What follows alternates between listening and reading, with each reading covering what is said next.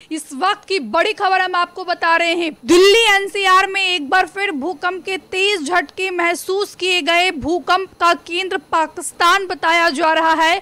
इस्लामाबाद और लाहौर में भूकंप के झटके महसूस किए गए।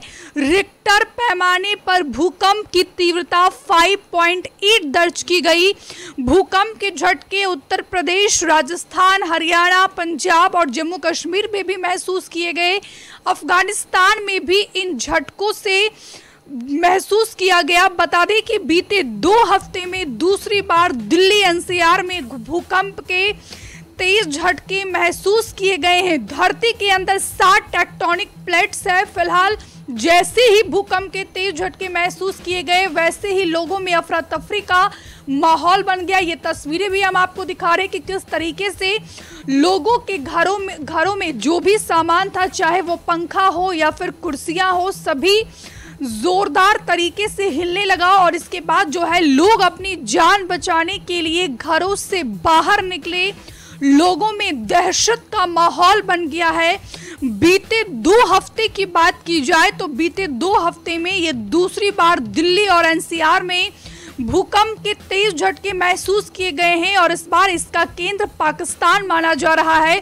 रिक्टर स्केल पर इसकी तीव्रता 5.7 मापी गई। और बात की जाए तो ये भूकंप के झटके उत्तर प्रदेश, राजस्थान, हरियाणा, पंजाब और जम्मू कश्मीर में भी महसूस किए गए।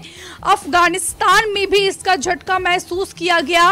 बीते 2 हफ्ते में दूसरी बार दिल्ली और एनसीआर में भूकंप का ये झटका महसूस किया गया है। लोगों के अंदर दहशत का माहौल बना हुआ है।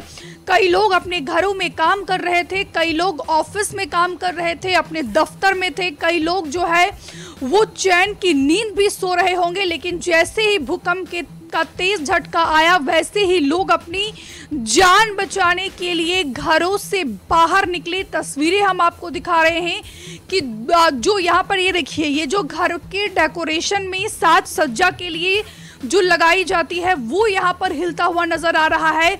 और जिसके बाद दफ्तरों से, घरों से बाहर निकले हैं लोग। ये तस्वीरें हम आपको दिल्ली एनसीआर की दिखा रहे हैं।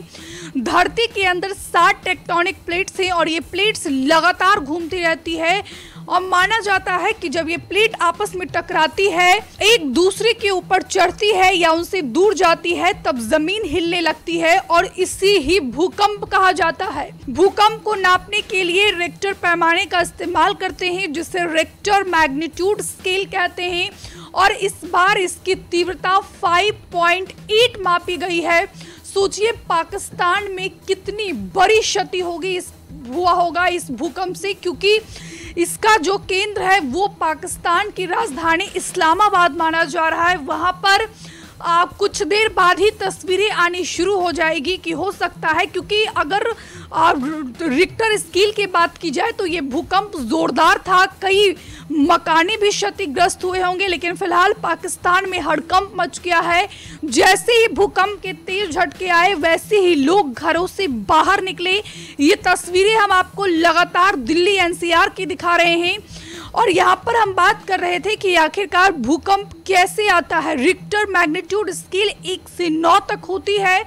भूकंप की तीव्रता को उसके केंद्र यानी एपिसेंटर से मापा जाता है, यानी उस केंद्र से निकलने वाली ऊर्जा को इसी स्केल पर मापा जाता है। 1 यानी कम तीव्रता की ऊर्जा निकल रही है, 9 यानी सबसे ज्यादा बेहद भयावह और तबाही वाली लहर। ये दूर जाते जाते कमजोर हो जाती है। अगर रिक्टर पैमाने पर तीव्रता 7 दिखती है तो उसके आसपास के 40 किलोमीटर के दायरे में तेज झटका होता है। कितनी तीव्रता पर कितना खतरनाक होता है, अगर ये हम आपको एक बार समझाने की कोशिश करें तो हालांकि कोई भी भूकंप खतरनाक होता है, इसे रिक्टर स्केल पर मापा जाता है। रिक्टर पैमाने का हर स्केल पिछले स्केल के मुकाबले 10 गुना ज्यादा खतरनाक होता है। 0 से 1.9 की तीव्रता वाले भूकंप का पता सिर्फ सिस्मोग्राफ से ही पता चलता है। 2 से 2.9 की तीव्रता का भूकंप आने पर हल्का कंपन होता है।